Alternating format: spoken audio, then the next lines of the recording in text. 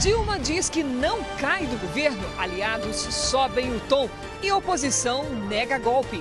Policial acusado de crimes da ditadura argentina é preso em Porto Alegre. Homem reage a assalto e é jogado de cima de uma passarela. Um ano depois, Brasil não esquece o 7-1 para a Alemanha. Jaqueline do vôlei está confirmada na seleção do PAN de Toronto depois do susto em Guadalajara. A esperança nas mulheres. Brasil espera mais medalhas femininas do que masculinas. O Brasil estreia no polo aquático contra os donos da casa. Boa noite.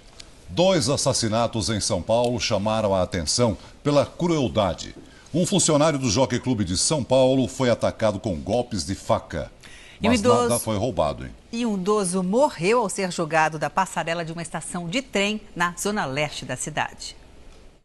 Eram 11 horas da noite quando o aposentado subia em direção à passarela de pedestres. Ele caminhava com tranquilidade ao lado do suposto assassino. Em seguida, o mesmo homem já aparece correndo.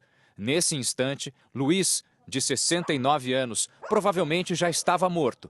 O corpo dele foi encontrado próximo aos trilhos do trem, na zona leste de São Paulo. Ao lado, havia uma faca que pode ter sido usada pelo criminoso no momento em que atacou o idoso.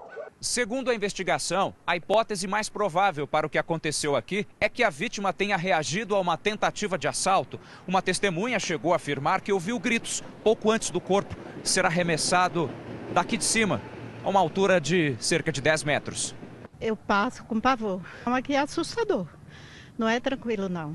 Pouco tempo depois, na zona oeste de São Paulo, um outro crime em circunstâncias parecidas. Cícero César Gomes, de 45 anos, foi morto com golpes de faca quando passava por esta ponte sobre o Rio Pinheiros. Cícero trabalhava no Jockey Clube de São Paulo e, na noite do crime, teria ido embora mais tarde por causa de uma corrida. A polícia não acredita em latrocínio, o roubo seguido de morte. Os pertences da vítima estavam ao lado do corpo. Os 2 casos estão sendo investigados pelo Departamento de Homicídios. O Programa de Proteção ao Emprego do governo federal quer conter as demissões em alguns setores da economia. A proposta é reduzir a jornada de trabalho e os salários para evitar cortes. Mas a medida só vale se patrões e empregados concordarem. Esses metalúrgicos tiveram o contrato de trabalho suspenso temporariamente por uma montadora de São Bernardo do Campo. Uma sensação de insegurança, né, e agora, o que eu vou fazer? Ficar 5 meses em casa. Com a crise econômica, o desemprego no país chegou em maio a 6,7%.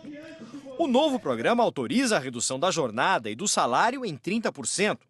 Com o Fundo de Amparo ao Trabalhador, o governo vai bancar metade do que a empresa deixar de pagar ao funcionário, garantindo que ele receba pelo menos 85% do valor normal. Nos próximos dias, o governo vai anunciar os setores incluídos no programa. As reduções de jornada de trabalho e de salários dependem de acordos entre as empresas e os funcionários. A medida tem prazo de 6 meses, que pode ser prorrogado por outros 6. E ainda que seja um pouco tarde, é uma medida importante para desencadear um processo de conversa, diálogo, negociação, de modo a haver um equilíbrio das perdas que essa crise econômica pode gerar, principalmente para o mundo do trabalho. A decisão teve o apoio da indústria e dos sindicatos. Ele vai permitir aos sindicatos ter um novo mecanismo de legislação a negociar com as empresas alternativas para não demitir. Eu acho que é outra maneira para poder garantir que a gente esteja trabalhando e até passar essa crise, essa situação melhorar.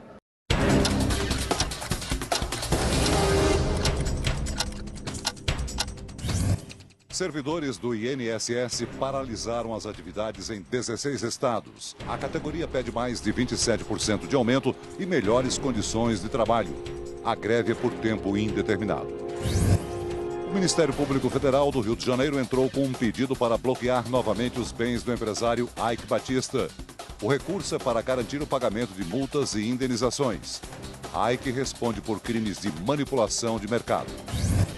2 crianças de 8 e 12 anos que estudavam nessa escola, na Grande Porto Alegre, morreram vítimas de meningite bacteriana. A doença é contagiosa. A escola suspendeu as aulas. Agora, um assunto que dói até hoje, olha que vai ser muito difícil de esquecer, viu?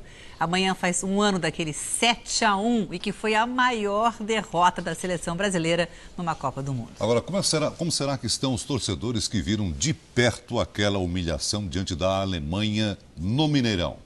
É aniversário, mas este nenhum brasileiro quer lembrar. O Mineirão recebia 58 mil torcedores, ou seriam testemunhas de um desastre. 7-1 para a Alemanha, quem diria? 7 é um número bem grande para número de gol. Foram 6 gols ali, incluindo o único do Brasil, e 2 do outro lado. Era a primeira partida da semifinal. O mundo inteiro estava de olho no Mineirão. A seleção brasileira deixou o campo para entrar para a história como protagonista do pior resultado, o mais humilhante de todas as Copas. Nem os maiores especialistas em futebol poderiam imaginar um placar tão surpreendente. Quem dera que a única lembrança dos alemães fosse apenas a camisa autografada pelos jogadores. A 30 metros do gramado, Fernanda viu e ouviu o caos em detalhes. O que eu vi que eu jamais vou esquecer é o Filipão sentado sem fazer nada e o Neymar dando instrução para os jogadores. Pela primeira vez no estádio, Ramon ficou de frente para o gol. Horas antes, havia recusado R$8.000 pelo par de ingressos, que tinha custado 220. Uns choravam, outros não acreditavam, uns saíam para ir para o banheiro várias vezes. 35 anos atrás, no Maracanã, o Brasil também perdeu de 7-1, mas para o próprio Brasil. Era a estreia de Tele Santana, que sem adversário internacional, convidou os jogadores mais novos do Brasileirão para um amistoso. Os veteranos venceram os novatos, não era para valer, como o jogo que está fazendo o primeiro aniversário com cara de velório.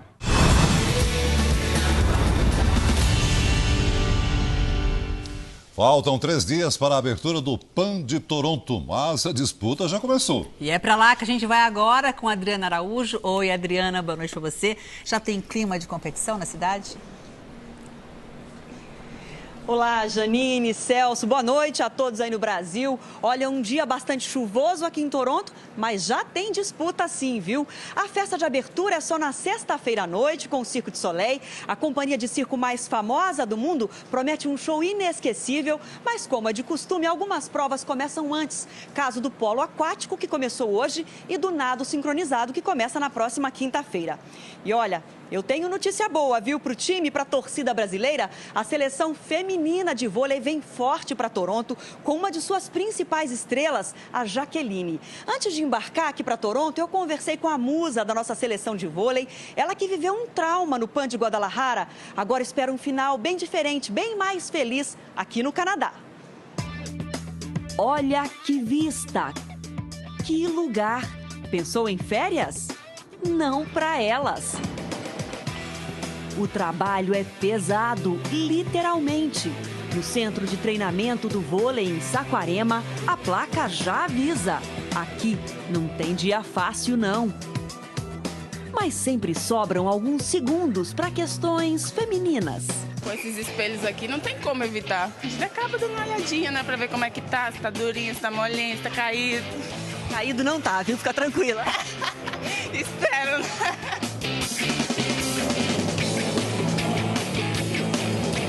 A Jaqueline, ela deu uma paradinha nos treinos para falar com o Jornal da Record sobre a expectativa de disputar o PAN de Toronto, porque ela é experiente, super campeã, tem 2 ouros olímpicos, mas no PAN o gostinho é de estreia, é de novata ainda. É de novata, caso de infelicidade que eu tive. No PAN de Guadalajara, em 2011, ela estava na quadra no primeiro jogo, quando passou pelo maior susto da vida.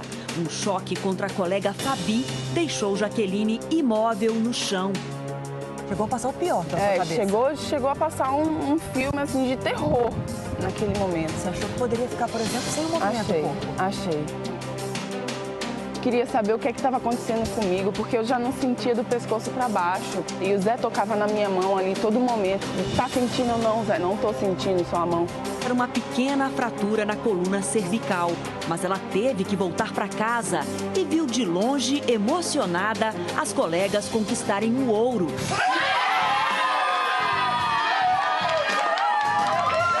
Eu sei que você jogou por mim aí também. Muito obrigado, de coração. Agora eu só tô esperando que vocês tragam esse ouro aí na bagagem pra mim. Agora chegou o momento de virar essa página no PAN de Toronto. Eu acho que esse momento é o meu momento agora, né? O momento de estar estreando no Pan-Americano e estar fazendo tudo que eu gosto, né? Vem cá, mamãe! Vem cá, mamãe! E a Jaqueline agora, olha só, traz a nova fonte de inspiração para a vida dela. A musa do vôlei agora é mãe do Arthur, que já tem 1 ano e meio. Tava com saudade, hein? Tá mais com saudade do pai, né? Fica mais comigo. O DNA do vôlei tá no sangue. O pai é o campeão mundial Murilo Endres. Há muito tempo eles sonhavam em aumentar a família. E veio um garoto elétrico. Sobra até pra mim, viu? Ah, você quer me escalar? Você quer escalar, tia? A tia é boa nisso. Com Arthur, essa pernambucana guerreira está ainda mais motivada. Eu quero fazer o meu melhor para ele, porque eu sei que ele vai ter orgulho, né, de tudo que eu vou estar fazendo.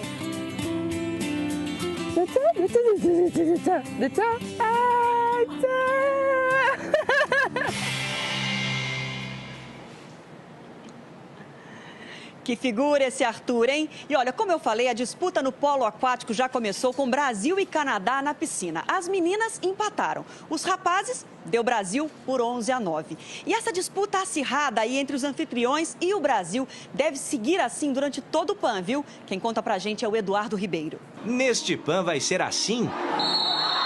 O Canadá quer superar Cuba, mas vai ter que nos vencer antes. E o começo da batalha foi bem equilibrado.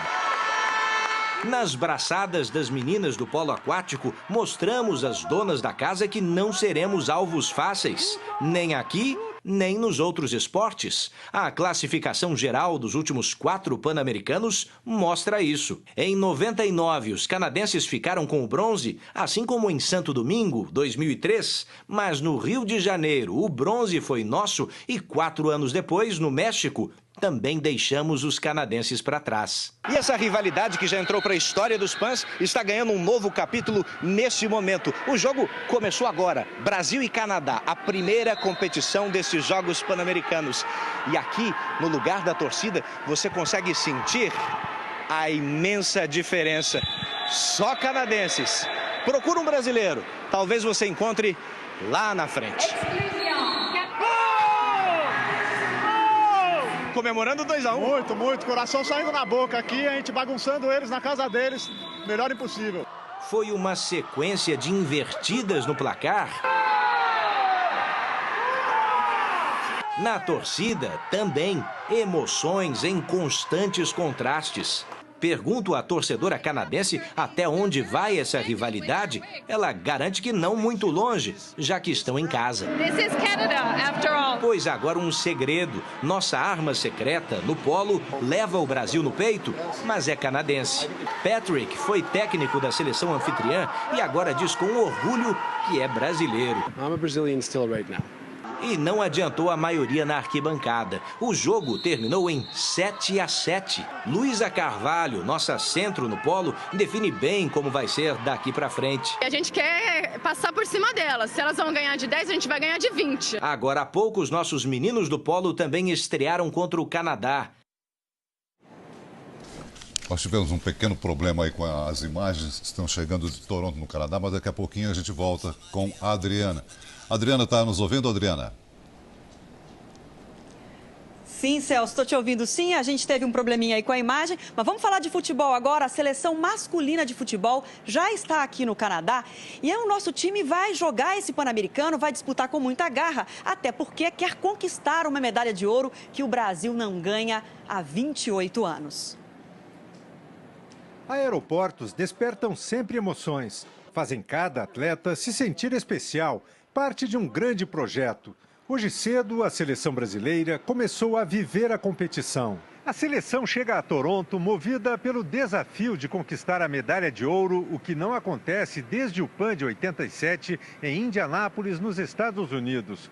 O sucesso aqui começaria a devolver em parte também o prestígio que o futebol brasileiro perdeu depois dos fracassos na Copa do Mundo e na Copa América. Passa pela nossa cabeça realizar um bom trabalho e fazer grandes jogos, que assim a gente vai poder ser reconhecido. Prestígio e reconhecimento. Para jogadores jovens com idade até 22 anos, o PAN é uma janela de oportunidades. Luciano, atacante de gols importantes pelo Corinthians, sonha com a afirmação que a medalha de ouro pode garantir para o futuro de sua carreira. Primeiro ajudar a seleção, depois vai vir os benefícios para cada um dos jogadores, da comissão. Então acho que a gente está bem focado, o time está entrosando bem. Acho que a gente tem tudo para levar esse ouro aí.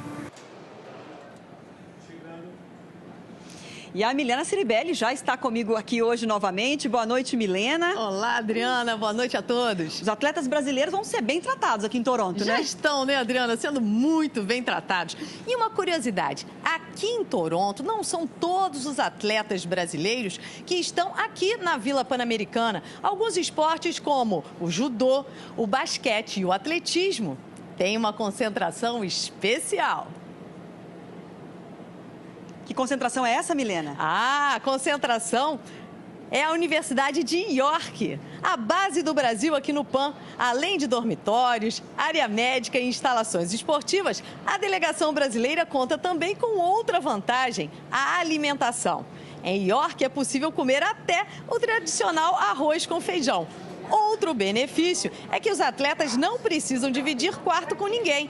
Todos estão em dormitórios individuais. Estão muito bem instalados, hein, Adriana? Para tentar ganhar medalha tem que dormir bem, né, Milena? Dormir bem e com arroz, feijão, os brasileiros estão se sentindo em casa. Obrigada, Milena. Boa noite para você. Boa noite. E olha só, as brasileiras, a chuva volta a chover forte aqui agora, a gente sente uma névoa. Vamos falar das mulheres agora. As brasileiras estão em peso aqui no Canadá e pela primeira vez nós podemos ganhar mais medalhas com as mulheres do que com os homens. Quem conta é a Cleisla Garcia. Se os olhos das Américas se voltam para a exuberância da capital dos jogos, as charmosas estradas levam aos encantos do interior do país. Hoje a nossa equipe viajou para o interior do Canadá para conhecer essa cidadezinha que fica no sul do país, quase na fronteira com os Estados Unidos. St. Catherine tem pouco mais de 100 mil habitantes. É uma cidade com estilo de vida adorável, muita segurança. Mas além das belas paisagens, nós viemos por aqui por um outro motivo. Canais que formam grandes lagos, onde serão disputadas algumas das provas mais importantes do remo. Cenário ideal para as nossas atletas. Só aqui na raia de Henley Island são 5 brasileiras na água.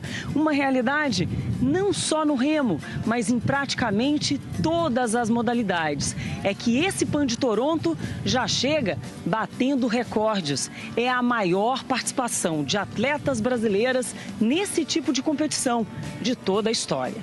A maior delegação de atletas fora do país tem 282 mulheres. 47% da equipe brasileira, um outro marco.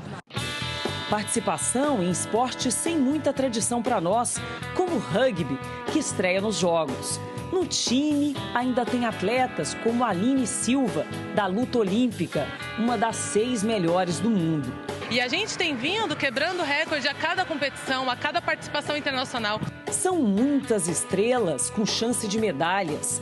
Mayra Guiar, do judô, Yane Marques, do pentatlo, e as campeãs mundiais, a dupla imbatível de fabianas. A Múria, do atletismo, e a Beltrame, do remo, onde tem feito escola. Estou me sentindo super bem, fiz bons resultados agora na Copa do Mundo, um ouro e uma prata.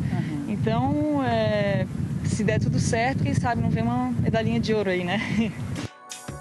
Beleza no corpo, força nos braços. Como tantas outras mulheres, muitas provas por dia. De qualquer forma, mesmo fora do pódio, já vale medalha.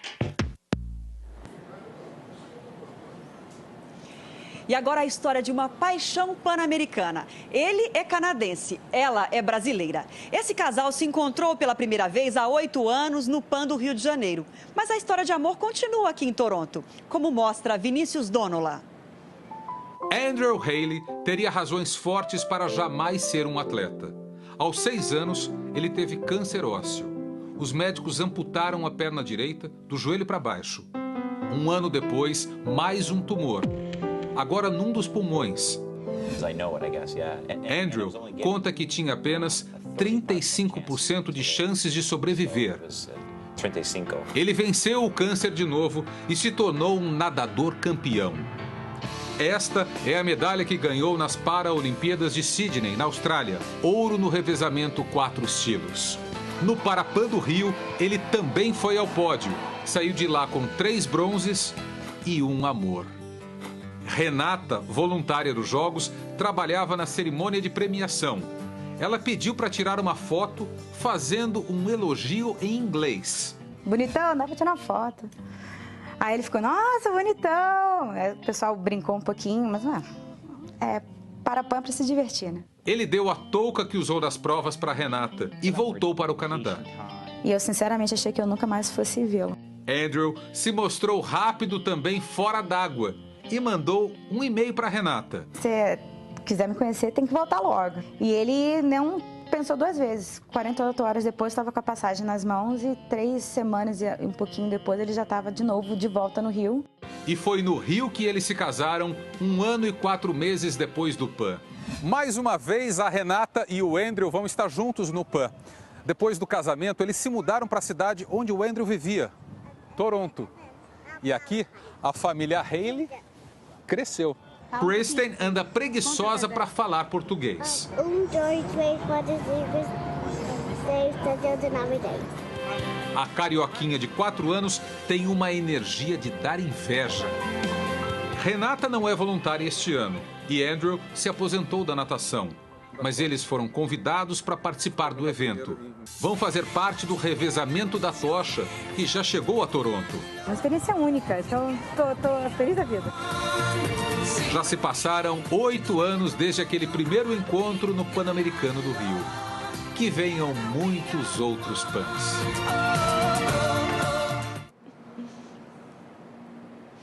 Uma última informação, amanhã os nossos rapazes do polo aquático vão enfrentar a Venezuela. Outras informações do PAN de Toronto no Fala Brasil.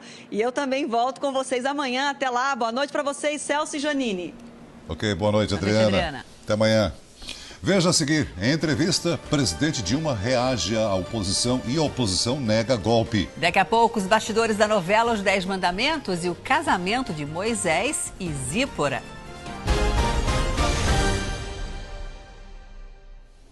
Foram 10 anos de buscas, alta recompensa por informações e hoje, agentes da Polícia Federal prenderam no Rio Grande do Sul um ex-policial procurado por tortura e assassinato durante a ditadura militar na Argentina. O ex-policial Roberto Oscar Gonzalez, de 64 anos, foi preso nesse sítio em Viamão, região metropolitana de Porto Alegre. Segundo a Polícia Federal, ele morou e trabalhou aqui nos últimos 4 anos. Procurava não deixar rastros, não deixar nome, não deixar endereço, não deixar telefone, coisas que dificultavam bastante a nossa atuação. Segundo a Polícia Federal, Roberto Gonzalez estava na lista da Interpol havia 10 anos. Todo esse tempo ele esteve no Brasil e cortou as relações que tinha no país de origem, inclusive com familiares. Roberto Gonzalez é acusado de vários crimes cometidos durante a ditadura militar na Argentina entre os anos de 1976 e 1983. Desde extorsão mediante sequestro, rapto, roubo à mão armada, homicídios, genocídio, enfim, todos os crimes ligados à época do período de exceção na Argentina. O governo argentino chegou a oferecer uma recompensa equivalente a R$180 mil por informações sobre Roberto Gonzalez e outro policial procurado por crimes contra a humanidade. Mas Pedro Osvaldo Sálvia, que também se escondia no mesmo sítio, morreu 3 semanas atrás por motivos de saúde. Roberto Gonzalez está preso na Polícia Federal de Porto Alegre, onde vai aguardar o processo de extradição. Os temporais continuam sobre o sul do país e neste mês já choveu acima da média na região. Amanhã, uma área de baixa pressão atmosférica deixa o tempo fechado. Em poucas horas pode chover o volume de água esperado para 2 semanas, entre o interior gaúcho e o sul paranaense. A chuva continua também em parte do centro-oeste e do sudeste, onde em apenas 17 dias choveu 1/3 do previsto para toda a estação. O tempo fica seco e ensolarado do Rio de Janeiro ao interior do Nordeste. E a temperatura permanece baixa.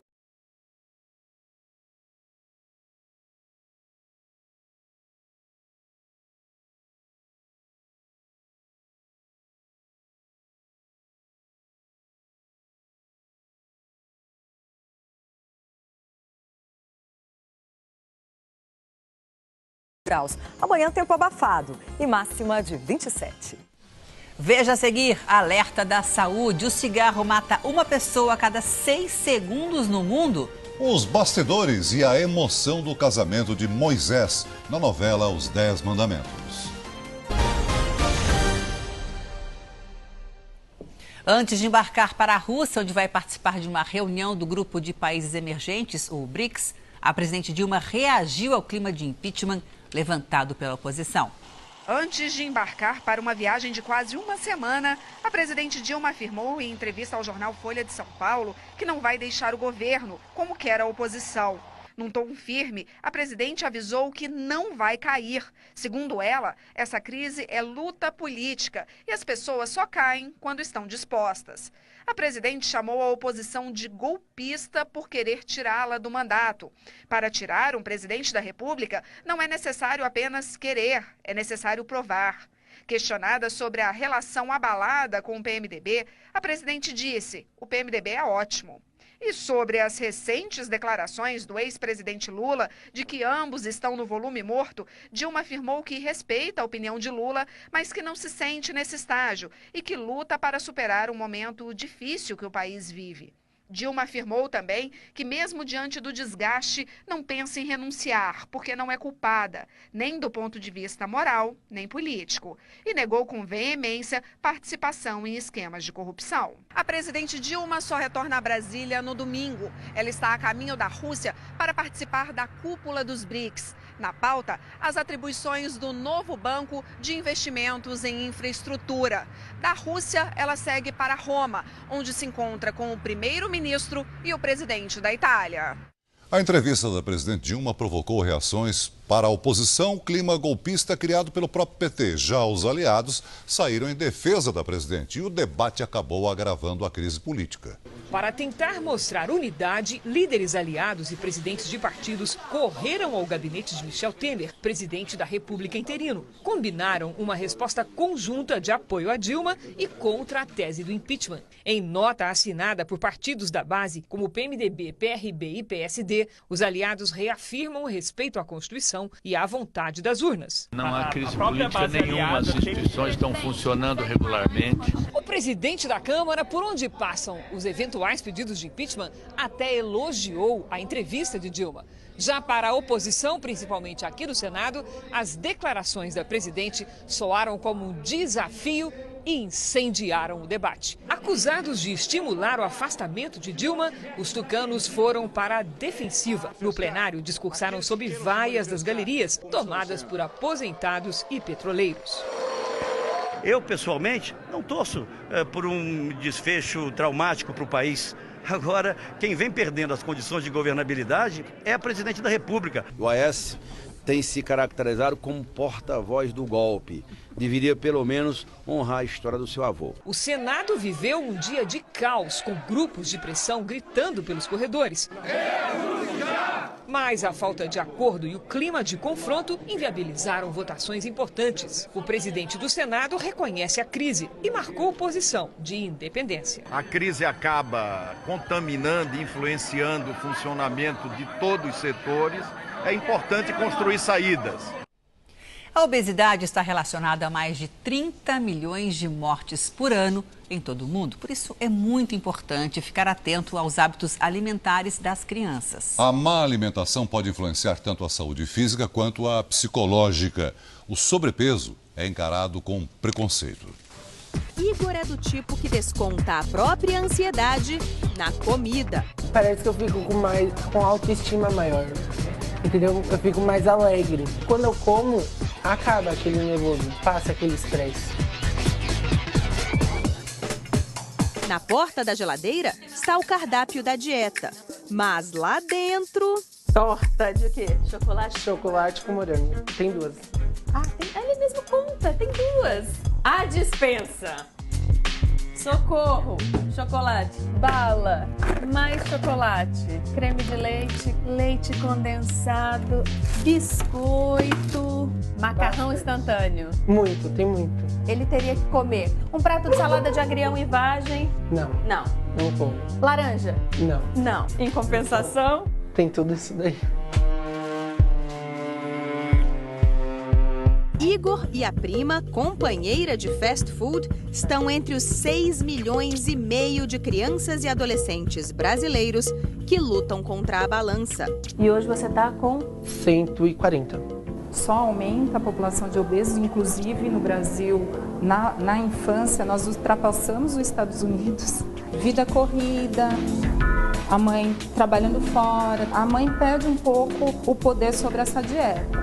E aí, quando está em casa, também não vai querer falar não. A praticidade dos enlatados, ensacados ou empacotados está na raiz do que os especialistas chamam de epidemia de obesidade entre a população mais jovem. É que o excesso de condimentos industrializados viciou crianças e adolescentes, que cada vez mais sentem menos sabor nos alimentos naturais. Eu percebo que as lancheiras hoje, elas são bem industrializadas, né? Antigamente eu percebia frutas, lanches saudáveis. Hoje os pais procuram aquilo que é mais fácil, mais prático. A digestão de alimentos ricos em gordura, açúcar e carboidratos libera no corpo o hormônio responsável pela sensação de prazer. É como enganar o cérebro. A gente se sente feliz sem estar. E é aí que pode começar um problema chamado compulsão alimentar. Estou insatisfeito, estou frustrado, vou comer, né? Como, me torno mais gordo e mais difícil se torna a minha vida. Acaba se criando um círculo vicioso, né? Porque criança obesa sofre discriminação, né? É excluída. Igor é vítima de bullying desde a infância. Sair de casa é cada vez mais difícil. Às vezes me magoa bastante. Eu vejo as pessoas namorando, eu falo, nossa, cadê eu? Existe uma sensação de impotência diante disso, né? Porque ao mesmo tempo que eles querem se livrar da obesidade, tem um prazer e tem uma acomodação em cima disso. Para combater a obesidade, é preciso buscar ajuda médica. Mas a mudança de alguns hábitos já pode favorecer o emagrecimento. Por exemplo, comer devagar e mastigar bem os alimentos. A fome vai passar, acabou. Se ela tiver vontade de comer outra coisa ali, passou 15 minutos, aí já não é fome. Outra dica: cada refeição deve ter metade do prato com vegetais e a outra metade dividida entre proteína e carboidratos. Quanto mais colorida a refeição, mais eficiente a nutrição. Matar a fome, qualquer alimento vai matar. Mas saber escolher aquele alimento que vai matar a fome, mas vai nutrir com os nutrientes que o nosso corpo precisa. A novela Os 10 Mandamentos mostra amanhã o casamento de Moisés e Zípora. Mas como a gente é muito curioso, o Jornal da Record foi visitar os bastidores da cerimônia hoje. Ele já sofreu demais. Foi abandonado, rejeitado, condenado à morte, expulso de sua terra. Mas hoje, Moisés só tem motivos para comemorar. Agora é um momento feliz da vida dele, podemos dizer assim, alegre, leve, né? E é o grande amor da vida dele, a Zípora. A noiva, claro, é a última a chegar. E imagine se ela não está nervosa. Muito. É um grande dia, né? É um grande dia. Essa união, Moisés e Zípora. O casamento do forasteiro com a bela moça de Midian é gravado no REC 9. A decoração tem toques mediterrâneos e o sol ajuda a dar a sensação de que estamos no deserto. É duro ser figurante nesse calor do deserto de Midian. Muito. Mas é real, né? É bom que aí fica bem realista, né? Tem que sentir o calor de verdade. Essa região, Midian, fica no que hoje é o noroeste da Arábia Saudita. Uma área muito distante do Egito, com uma cultura totalmente diferente. É nesse lugar que Moisés encontra uma oportunidade de recomeçar a vida ao lado de uma mulher rústica, durona, mas apaixonada por ele. Acredito que sempre atrás de um grande homem existe uma mulher enorme. E é isso, a Zípora é uma mulher que questiona, uma mulher forte, com personalidade, ela tem voz. A celebração segue algumas tradições um pouco modernas. Tem certas coisas que a gente assume como licença poética mesmo. Licença poética é uma adaptação, como por exemplo, a forma com que o pai trouxe a noiva é uma forma muito contemporânea.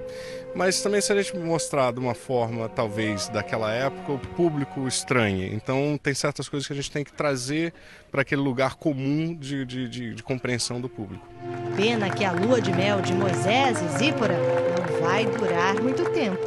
Daqui a pouco já... De novo, já Moisés na estrada, atravessando o deserto e voltando para libertar o povo. Que as bênçãos do Senhor se derramem sobre vocês. A Organização Mundial da Saúde pede aumento de impostos para combater a epidemia de tabaco. Segundo a OMS, a cada 6 segundos, uma pessoa morre de doenças relacionadas ao fumo. São cerca de 6 milhões de vítimas por ano. O número que deve subir para 8 milhões até 2030. Elevar o preço dos produtos do tabaco seria uma forma de incentivar os fumantes a diminuir o consumo ou a largar o vício. A organização recomenda que o imposto sobre o cigarro seja de 75%.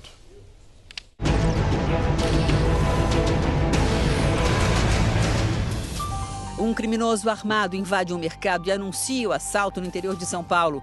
A dona, que está no caixa, reage. Os dois começam a brigar. O ladrão atira, mas a arma falha. Na sequência, ele dá diversas coronhadas na mulher e depois foge sem levar nada. Um casal é atropelado em Betim, na Grande Belo Horizonte. Os dois são arremessados para o alto. O motorista parou e levou as vítimas para o hospital. Logo depois, ele foi preso por embriaguez ao volante. Apesar do susto, o casal teve apenas ferimentos leves. Se você tiver algum flagrante, envie para o nosso WhatsApp 989333150. Há 25 anos morria Cazuza, o poeta exagerado do rock e da MPB. Ele se foi aos 32 anos por causa da AIDS. O que motivou a mãe, Lucinha Araújo, a criar a Sociedade Viva Cazuza. Lucinha Araújo ainda aprende a conviver com a perda do filho. Para ela, o poeta está vivo. Eu vivo assim de assistir os musicais que fazem homenagem a ele, escutar ele no rádio, e ver os vídeos. A morte do cantor e compositor por causa da AIDS motivou Lucinha a criar a Sociedade Viva Cazuza. Aqui, crianças soropositivas são abrigadas, uma homenagem à luta do filho no combate à doença. Filho de um executivo de uma gravadora, com apenas 22 anos, Cazuza entrou para o Barão Vermelho. Cazuza acabou ultrapassando a fronteira do rock e, para muitos, é considerado um dos grandes letristas da MPB. Foi aqui no coração do Baixo Leblon que aquele garoto exagerado, cheio de ideologia e que queria mudar o mundo, fez história nos anos 80. O bairro, símbolo da burguesia carioca, serviu de fonte de inspiração para o poeta de vida louca e vida breve e que gostava de descobrir nas pessoas por que a gente é assim. Para os fãs de Cazuza, o tempo não para. Ideologia, eu quero uma para viver. Exagerado, jogado aos seus pés, eu sou mesmo exagerado. Adoro um amor inventado. O Jornal da Record de hoje termina aqui. Você pode rever na íntegra essa edição no R7 Play. Fique agora com o Gugu. Boa noite para você e a gente se vê amanhã. Boa noite, até amanhã.